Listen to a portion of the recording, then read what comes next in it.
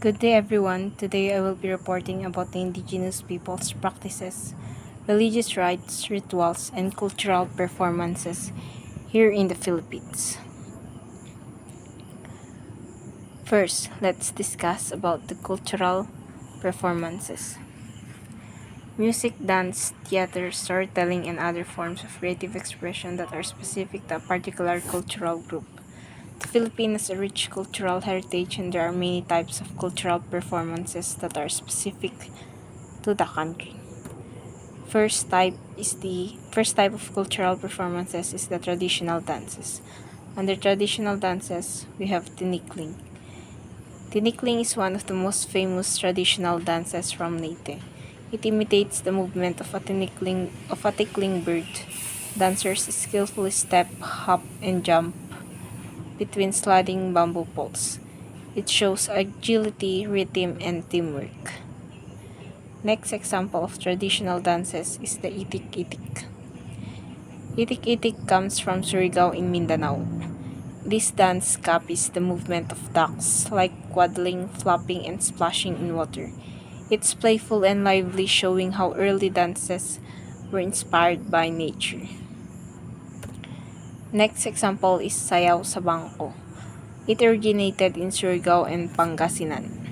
Dances performed on top of narrow wooden benches, showing balance, coordination, and confidence. Each step must be careful because falling is easy. Next type of cultural performances is music. Example of music is the kulintang. Kulintang music comes from Sulu and other parts of Mindanao. It uses a set of small horizontal gongs that produce melodious rhythmic patterns. It is usually played during celebrations, gatherings, and rituals. Next, we have the kundiman. Kundiman is a traditional Filipino song. Its melody is soft, emotional, and poetic, expressing deep love and loyalty. It was also used historically as a symbol of love for the country. We have the example of kundiman is the Ikaw ang ligaya ko by Rick Manrique and Ako'y Maghihintay by Senon Lagman. Next example of type of cultural performances is the theater. Example of it is the Philippine Zarzuela. It is a stage performance combining singing, dancing, and acting. It usually tells stories about love, family issues, or local social problems. It is fun, dramatic, and full of Filipino humor and emotions.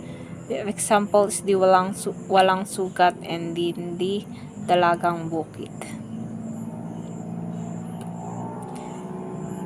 And number 4, we have the festivals. Example of it is the Ati-Atihan. It originated in the town of Kalibuaklan in the Visayas region. People paint their faces black, wear colorful outfits, and dance to drum beats to honor the Santo Niño. It is one of the oldest and liveliest festivals in the country. Next example of festival is the Sinulog. It is from Cebu City. It features vibrant costumes and the famous forward-backward dance step.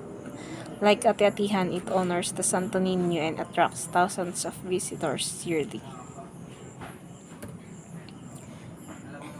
And last example is the Mascara Festival. It is celebrated in Bacolod City. People wear large, colorful, smiling masks to symbolize hope and positivity. It began during a difficult time in Bacolod's history, reminding people to keep smiling.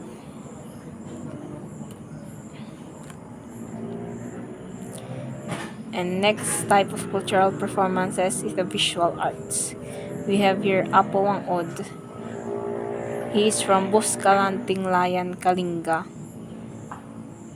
She is one of the oldest traditional tattoo artists here in the Philippines. She practices batok, a hand-tap tattooing method using a thorn and soot. Her designs represent identity, courage, beauty, and tribal heritage. Next is we have the Manunggul jar. It is from Palawan. It is a historic burial jar. Its lead shows two figures riding a boat, symbolizing the soul's journey to the afterlife. It is considered one of the most important archaeological treasures of the Philippines. Next, let's move on with the indigenous practices. Traditional knowledge, skills, and techniques passed down through generations in a particular community or culture. It encompasses a wide range of activities, including cultural methods, healing rituals, storytelling, traditions that reflect the community's values.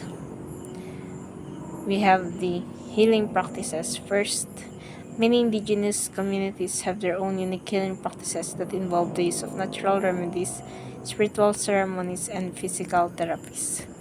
First example is the hilot. It is traditional massage for relaxation, alignment, and healing. Next, we have the herbal medicine. Using plants like lagundi or sambong to treat illness. And lastly, we have the albulario. An albulario is a folk healer who uses herbs, prayers, oils, and rituals. People visit them not only for sickness but sometimes for spiritual concerns. Next, we have the ceremonies and rituals. Panagtag of Manobo. Panagtag is a ceremony of the Manobo people to honor ancestors and ask for blessings. Through prayers, chants, and offerings, they seek protection and good health for the community. Next, we have the pamamanhikan of the Kankanae. In the Kankanae tradition, pamamanhikan happens when the groom's family formally visits the bride's family. They ask for her hand in marriage and discuss wedding arrangements. It strengthens the bond between both families. And we have the Binukid of the Tiboli. It is a ritual connected to farming, ancestral worship, or thanksgiving. It includes dances, prayers, and offerings to ensure harmony with nature and the spirits. Next, we have the art and craft. Indigenous groups also preserve weaving, carving, pottery, and beadwork. These art forms represent their identity, beliefs, and daily life. The religious rites.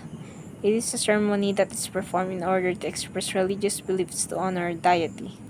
The Philippines boasts a vibrant religious landscape with Catholicism of the dominant faith alongside significant Muslim, indigenous, and other religious communities. This diversity is reflected in the rich tapestry of religious rites across the archipelago. We have the Catholicism. Catholic arrived in the Philippines in the 16th century and has since become an integral part of the Philippine culture. Example of the Catholic rite is the Holy Week. It is a solemn time leading to Easter. It includes procession, reenactments, and church services that recall the suffering of Jesus Christ.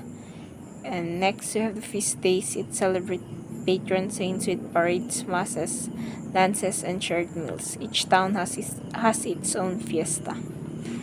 Next, we have the First Communion. This is when children receive the Eucharist for the first time, making their welcome into full participation in the church. And next, we have the Islam. The Muslim community in the Philippines, primarily concentrated in Mindanao, adheres to the principles of Islam.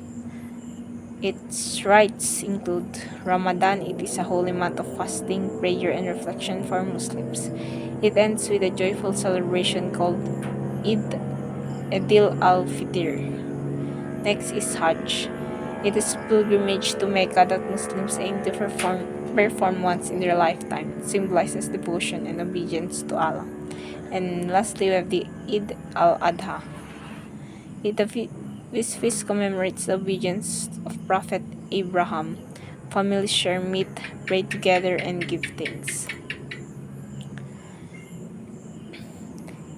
Indigenous Filipinos have also long held unique belief in practices and rooted in nature and ancestral spirits. Anito worship. Anitos are spirits associated with nature, ancestors, and deities. They are believed to influence daily life and request respect and offerings. These are the example of anitos. Next, we have the Babaylan or Catalonan. Babaylan women or the Catalonan for men is a spiritual leader, healer, and ritual specialist. They communicate with spirits, perform healing, and guide the community in ceremonies. We also have rice planting rituals. These are performed before planting and after harvesting. They ask spirits and ancestors for good weather, protection from pests, and a bountiful harvest. Examples, the buklok sa pagtanom. It is a Subanen Thanksgiving ritual related to farming. It involves music, dances, prayers, and community gathering to give thanks for the land and ensure a successful planting season. And we also have the healing rituals. Practices involving shaman or healers who use traditional methods to cure illness and restore well-being. Example is the tawas. It is used by albularios for diagnosis, interpreting shapes formed in water by heated alum, tawas, or candle wax to identify spiritual cause of illness like curses or mischievous spirits or encantos. Other examples of healing rituals includes hilot.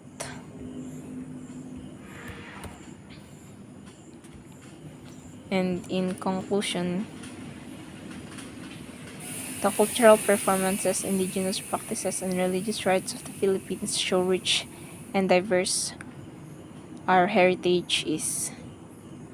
They connect Filipinos to their ancestors, their land, their arts, and their spiritual beliefs. These traditions help preserve our identity and remind us of the values passed down through generations.